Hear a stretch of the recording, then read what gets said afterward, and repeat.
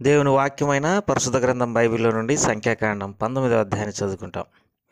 సంఖ్యాకాండం 19వ అధ్యాయం. యెహోవా మోషే అహరోనులకు ఇలాగ సెలవిచ్చెను.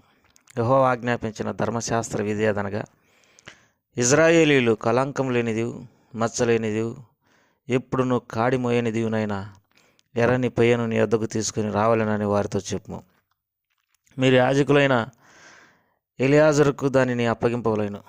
అతడు పాలెం వెలుపలికి దాన్ని తోలుకొని పోయి అతని ఎదుట దాన్ని వధింపవలెను. యాజకుడైన ఎలియాజరును దాని రక్తంలోని కొంచెం వ్రేలితో తీసి ప్రత్యక్ష గుడారం ఎదుట ఆ రక్తంలో కొంచెం 7 మార్లు ప్రోక్షించవలెను. అతని కన్నుల ఎదుట ఒకడు ఆ పెయ్యను దహింపవలెను. దాని చర్మమును, మాంసమును, రక్తమును, పేడయును దహింపవలెను. మరియు ఆ యాజకుడు దేవదారు కర్రను, హిస్సోపును, రక్తవర్ణపు నూలును తీసుకొని ఆ పెయ్యను కాల్చున్న అగ్నిలో వాటిని వేయవలెను. అప్పుడు ఆ యాజకుడు తన బట్టలు ఉతుక్కొని నీళ్లతో శిరస్నానం చేసిన తర్వాత పాలెంలో ప్రవేశించి సాయంకాలం వరకు అపవిత్రుడై ఉండును. దాన్ని దహించిన వాడు నీళ్లతో తన బట్టలు ఉతుక్కొని నీళ్లతో శిరస్నానం చేసి సాయంకాలం వరకు అపవిత్రుడై ఉండును. మరియు అపవిత్రుడైన ఒకడు ఆ పేయ యొక్క భస్మమును పోగు చేసి పాలెం వెలుపటను పవిత్రమైన స్థలమందు ఉంచవలెను. పాప పరిహార జలముగా ఇజ్రాయేలీయుల సమాజమునకు దాన్ని భద్రం చేయవలెను. అది పాప పరిహారార్థ బలి. ఆ పేయ యొక్క భస్మమును పోగు చేసిన వాడు తన బట్టలు ఉతుక్కొని సాయంకాలం వరకు అపవిత్రుడైను. ఇది ఇజ్రాయేలులకును వారిలో నివసించు పరదేశులకును నిత్యమైన కట్టడ. ఏ నరశవమునైనను ముట్టినవాడు 7 దినములు అపవిత్రుడైను. అతడు 3వ దినమున ఆ జలముతో పాపశుద్ధి చేసుకొని 7వ దినమున పవిత్రుడగును. అయితే వాడు 3వ దినమున పాపశుద్ధి చేసి కొనని ఎడల 7వ దినమున పవిత్రుడు కాడు. నరశవమును ముట్టినవాడు అట్లు పాపశుద్ధి చేసుకొనని ఎడల వాడు యెహోవా మందిరమును అపవిత్రపరచు వాడగును. ఆ మనుషుడు ఇజ్రాయేలు నుండి కొట్టివేయబడును. పాప పరిహార జలం వాని మీద ప్రోక్షింపబడలేదు గనక వాడు అపవిత్రుడు. వాని అపవిత్రత ఇంకా వానికి ఉండును. ఒకడు ఒక గుడారంలో సచ్చిన ఎడల దాని గురించిన విధి. ఆ గుడారంలో ప్రవేశించు ప్రతివాడును ఆ గుడారంలో ఉన్నది యావత్తును 7 దినములు అపవిత్రముగా నుండును. మూతవేయబడక తెరచి ఉన్న ప్రతి పాత్రయు అపవిత్రమగును. బయట పొలంలో ఖడ్గంతో నరకబడిన వానినైనను, శవమునైనను, మనుషుని ఎముకనైనను, సమాధినైనను ముట్టువాడు 7 దినములు అపవిత్రుడైనను. అపవిత్రుని కొరకు వారు పాప పరిహారార్థమైన హోమ భస్మంలోనిది కొంచెం తీసుకునవలెను. పాత్రలో ఇవ్వబడిన ఆ భస్మం మీద ఒకడు పారు నీళ్లు పోయవలెను. తరువాత అపవిత్రుడైన ఒకడు హిస్సోపు తీసుకొని ఆ నీళ్ళలో ముంచి ఆ గుడారం మీదను, దానిలోని సమస్తమైన ఉపకరణముల మీదను, అక్కడున్న మనుషుల మీదను, ఎముకనే గాని, నరకబడిన వానినే గాని, శవమునే గాని, సమాధినే గాని ముట్టిన వాని మీదను దాన్ని ప్రోక్షింపవలెను. 3వ దినమున 7వ దినమున పవిత్రుడు అపవిత్రుని మీద దాన్ని ప్రోక్షింపవలెను. 7వ దినమున వాడు పాపశుద్ధి చేసుకొని తన బట్టలు ఉతుక్కొని నీళ్ళతో స్నానం చేసి సాయంకాలం వరన పవిత్రుడగును. అపవిత్రుడు పాపశుద్ధి చేసుకొనని ఎడల అటు మనుషుడు సమాజంలో ఉండి కొట్టివేయబడును. వాడు యెహోవా పరిశుద్ధ స్థలమును అపవిత్రపరచును. పాప పరిహార జలం వాని మీద ప్రోక్షింపబడలేడు. వాడు అపవిత్రుడు. వారికి నిత్యమైన కట్టడ ఏదనగా, పాప పరిహార జలమును ప్రోక్షించువాడు తన బట్టలు ఉతుక్కొనవలెను. పాప పరిహార జలమును ముట్టువాడు సాయంకాలం వరకు అపవిత్రుడైనను. అపవిత్రుడు ముట్టున్నది యావత్తును అపవిత్రం. దాని ముట్టు మనుషులందరూ సాయంకాలం వరకు అపవిత్రులైందరు. ప్రభువారు ఈ వాక్య భాగాలను మన కొరకై దీవించి ఆశీర్వదించును గాక. ప్రియమైన సోదరి సోదరులారా, ఈ దినం మనం సంఖ్యాకాండం 19వ అధ్యాయాన్ని చదువుకున్నాం. ఈ అధ్యాయంలో మన ప్రభు అయిన యేసుక్రీస్తు యొక్క బలియాగం అనేది ఇక్కడ మనకు కనబడతా ఉంది. చూడండి, సంఖ్యాకాండం 19వ అధ్యాయం 1వ వచనంలో, మరియు యెహోవా మోషే అహరోనులకు ఇలాగ సెలవిచ్చెను.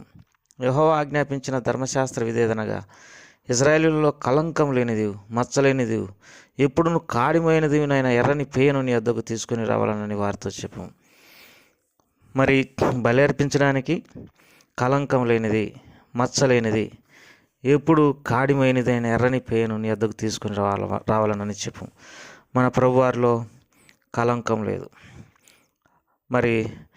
యోహాను సువార్త 19వ అధ్యాయంలో పిలాతు అంటాడు, ఈ మనిషిని యందు నాకు ఏ దోషం కనబడలేదని అంటాడు. నిజమే, యేసు ప్రభువారు అంటాడు కదా, నా యందు పాపం ఉన్నదని మీలో ఎవడైనా స్థాపించగలడా? నిజమే, మన ప్రభువారిలో పాపం లేదు. పేతురు కూడా అంటాడు. ఆయన ఎలాంటి వాడంటే, పేతురు రాసినటువంటి పత్రికలో ఈ మాట చదువుకుంటాం, మన ప్రభువారిలో ఏ పాపం లేదు.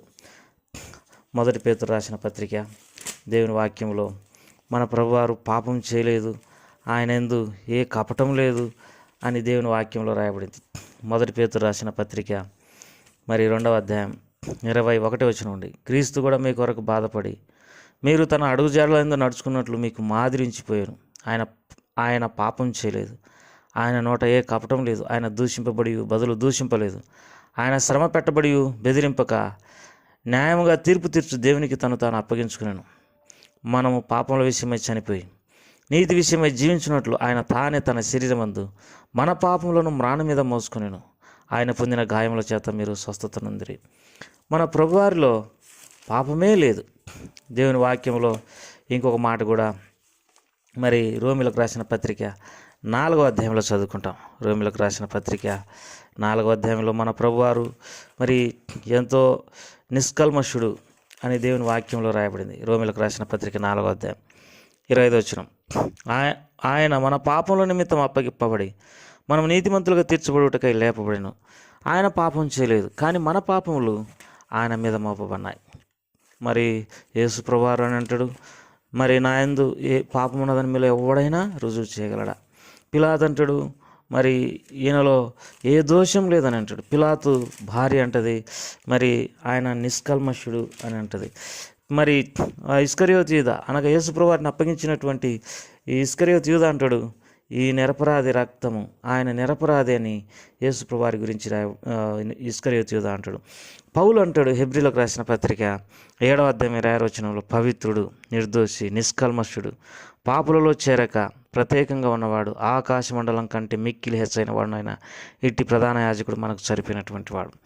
కాబట్టి పాపం లేనటువంటి యేసుక్రీస్తు ప్రభువారు మాత్రమే మరి పాపులమైన మనలను రక్షించడానికి సరిపోయినటువంటి వాడు. యేసు ప్రభువారు మానవ జాతి పాపమును పరిహరించడానికి, పాపములు క్షమించడానికి సరిపోయినటువంటి వాడు. దేవుని వాక్యంలో ఈ మాట రాయబడింది. ఆయన ఎందుకోసం ఈ లోకానికి వచ్చినాడంటే, మత్తయి సువార్త 1వ అధ్యాయంలో తన ప్రజలను వారి పాపం నుండి విడిపించడానికి, మార్కు సువార్త 2వ అధ్యాయంలో పాపములను క్షమించుటకు అధికారం కలిగినటువంటి వాడు, పాపాలను క్షమించేటటువంటి వాడు. తర్వాత 1 యోహాను 2వ అధ్యాయంలో ఆయన మన పాపములకు ప్రాయశ్చిత్తమై ఉన్నాడు. ప్రకటన గ్రంథం 1:6వ వచనంలో ఆయన మనలను పాపం నుండి విడిపింపగలిగినటువంటి వాడు, పాపముల నుండి మానవులమైన మనలను క్షమించడానికి వచ్చినటువంటి వాడు, పాపముల నుండి మరి మనలను ప్రాయశ్చిత్తం చేయడానికి వచ్చినటువంటి వాడు, పాపం నుండి విడిపింపడానికి వచ్చినటువంటి వాడు.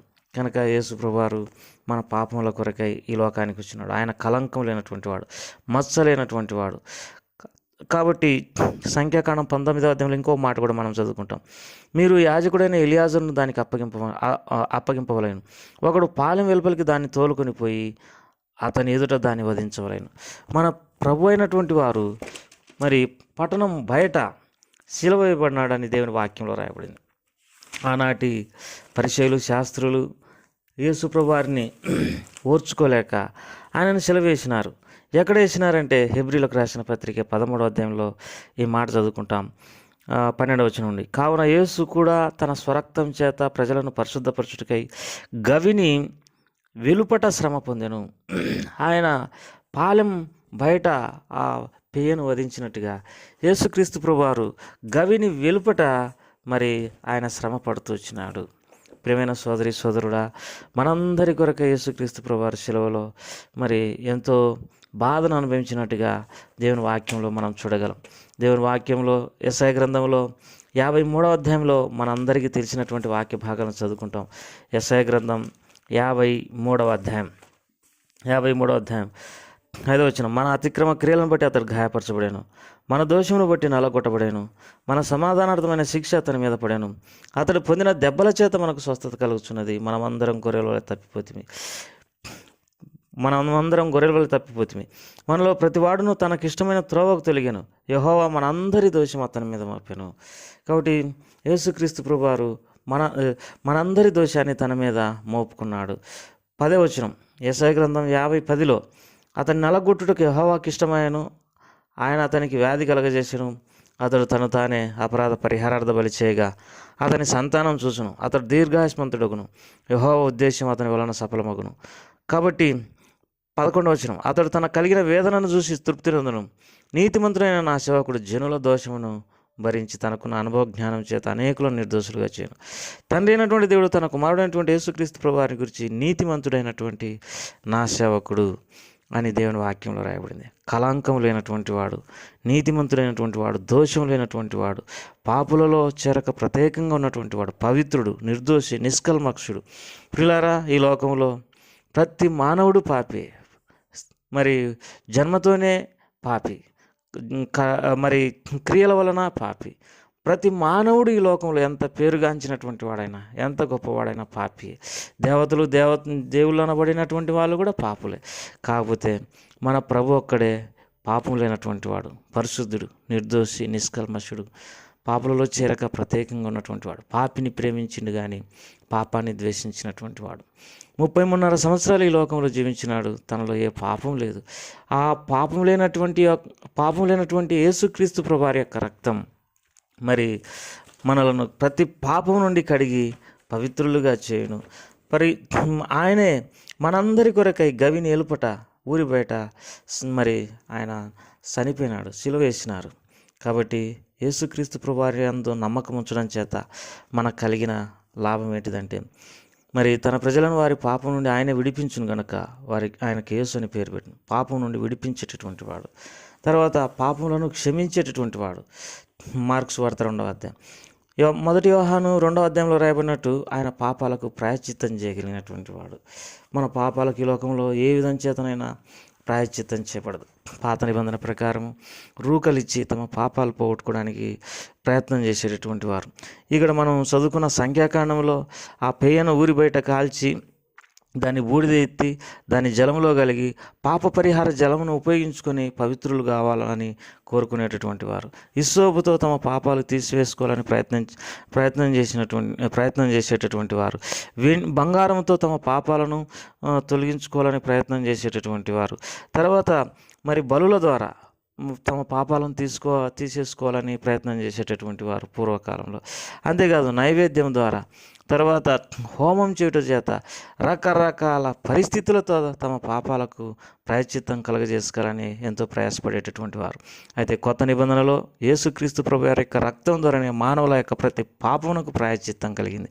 ప్రియమైన సోదరులారా, ఎవరైనా మరి పాత నిబంధనలో మనం చదువుకున్న వాక్య భాగంలో సంఖ్యాకాండం 19వ అధ్యాయంలో కూడా ఎవడైనా నరశవం ముట్టుట వల్ల కానీ ఆయా రీతిలుగా అపవిత్రుడైనప్పుడు వాడు తన పాపానికి తాను ప్రాయశ్చిత్తం చేసుకోకపోతే, పరిహారం పొందకపోతే, 3వ దినాన కానీ 6వ దినాన కానీ ఇట్లా వారు తమ పాపాలకు ప్రాయశ్చిత్తం చేసుకోకపోతే దేవుని ఇజ్రాయేల్ నుండి కొట్టివేయబడతారు.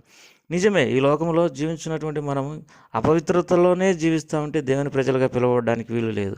అయితే ఇప్పుడు మనకు పాపక్షమాపణ మరి పాప పరిహార జలం ద్వారా కానీ, నైవేద్యం ద్వారా కానీ, తర్వాత హోమం ద్వారా కానీ, బలుల ద్వారా కానీ, రూకల ద్వారా కానీ, వెండి ద్వారా కానీ ఏ విధం చేతనైనా కలగలేదు. కానీ మన ప్రభువారు శిలువలో కార్చినటువంటి ఆ రక్తం ద్వారా సంపూర్ణమైనటువంటి ప్రాయశ్చిత్తం మనకు దొరికింది. ఆ ప్రభువారే క్షమించేవాడు, ఆ ప్రభువారే పాపం నుండి విడిపించేటటువంటి వాడు. ఆయన రక్తం వలన పరిశుద్ధ స్థలంలో ప్రవేశించడానికి మనకు ధైర్యం కలిగినదని దేవుని వాక్యంలో రాయబడింది. ఆయన రక్తము మన మనస్సాక్షిని ఎంతో ఎక్కువగా శుద్ధీకరిస్తుందని దేవుని వాక్యంలో రాయబడింది. ఆయన రక్తం చేత కొనబడి విడిపింపబడి సంఘంలో చేర్చబడినామని రాయబడింది. ఆయన రక్తము పాపక్షమాపణ నిమిత్తమైనటువంటి కొత్త నిబంధన సంబంధమైనటువంటి రక్తం. మరి ఈ రక్తాన్ని కోరుకోక ఎంతకాలం అపవిత్రతలో ఆయా రీతులుగా లోకంలో అపవిత్రుడు వచ్చి జీవిస్తూ దేవుని నుండి దూరంగా ఉంటూ చివరికి దేవుని నుండి కొట్టివేయబడే పరిస్థితులకు ఎందుకు వస్తావు? ఇప్పుడే హృదయాన్ని మార్చుకొని కఠినపరుచుకొనక ప్రభా నన్ను క్షమించమని చెప్పి నీ పాపం ఒప్పుకుంటే ఆ ప్రభువారు నిన్ను కనికరిస్తాడు, సహాయపడతాడు. ప్రభువారు నీకు అటువంటి కృప దయచేయును గాక. ప్రార్థన చేసుకుంటాం. ప్రేమగల తండ్రి, దయగల ప్రభా, నీ రక్తమే మాకు మరి శరణ్యం. నీ రక్తం ద్వారా మా ప్రతి పాపమును కడగండి ప్రభా. మా దేశ ప్రజల పాపము ఈ ప్రపంచంలో ఉన్నటువంటి ప్రతి స్త్రీ పురుషుల పాపం కడగడానికి శక్తి కలిగినటువంటిది నీ రక్తం. ఆ దోషమంతా తీసేసి నీ రాజ్యానికి వారసులుగా నన్ను మౌలు చేయమని యేసు ప్రభువారి నామం పేరట అడిగి వేడుకుంటున్నాం తండ్రి. ఆమెన్.